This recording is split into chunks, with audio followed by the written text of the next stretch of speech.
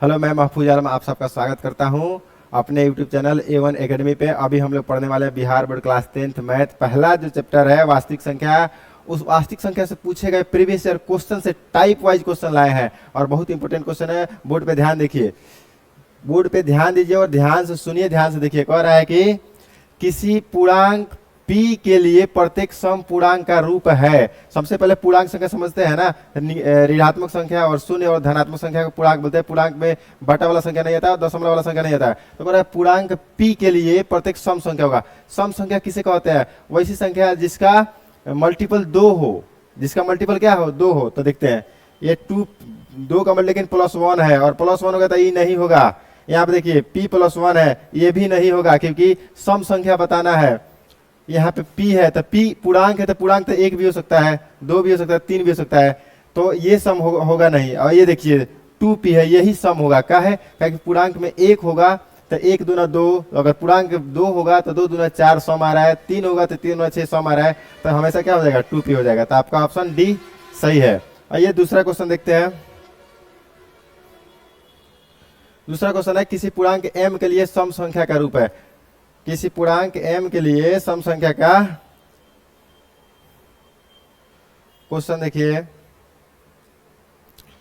दूसरा क्वेश्चन देखिए, किसी पूर्णांक m के लिए सम संख्या का रूप है। सम संख्या का मतलब पूर्णांक, सम संख्या का मतलब होता है मल्टीपल 2 होना चाहिए, यानी गुणज 2 होना चाहिए, यानी m में 2 से गुना होना चाहिए। देखिए यहाँ पे m + 2 है और पूर्णांक है तो m का जगह पर कुछ भी हो सकता है, 1 2 3 4 5 6, और 1 में हम 2 जोड़ेंगे तो 3 हो जाएगा, तो विषम हो जाएगा। तो ये अपना ऑप्शन गलत है। यहाँ बी ऑप्शन 2m + 1 है। अरे 2m + 1 +1 हो जाए, +3 हो जाए, +5 हो जाए, कभी सम नहीं हो सकता है। तो ये भी अपना गलत आंसर है। दूसरा देखिए 2m, हाँ एकदम सही आंसर है। कैसे? m के जगह पर पूर्णांक बोल रहा है तो m के जगह पर 1 भी हो सकता है, 2 भी हो सकता है, 3 भी हो सकता है।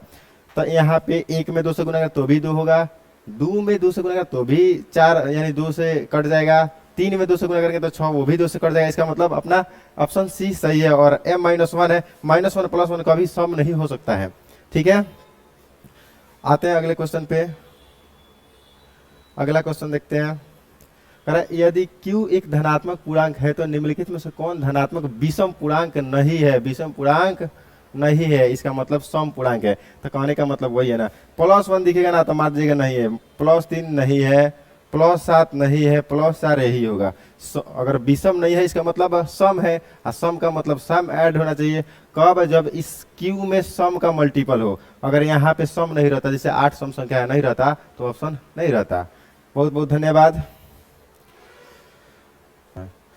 देखिए अगला क्वेश्चन ध्यान से देखिए। कह रहा है किसी धनात्मक पूर्णांक q के लिए प्रत्येक धनात्मक विषम पूर्णांक का रूप होगा। विषम पूछ रहा है ना भैया, विषम पूछ रहा है। तब विषम पूछ रहा है तो +1 होगा, +3 होगा, +5 होगा, यही सब ना होगा। तो ध्यान से देखिए 6q तो सम हो जाएगा भाई, तो सम पूछ नहीं रहा, विषम पूछ रहा है। 6q + 1 ये विषम हो जाएगा। यहाँ पे देखें 6q + 2 ये तो सम हो जाएगा। 6q + 4 ये सम हो जाएगा। तो कहने का मतलब ये है कि अपना आंसर सी सही है।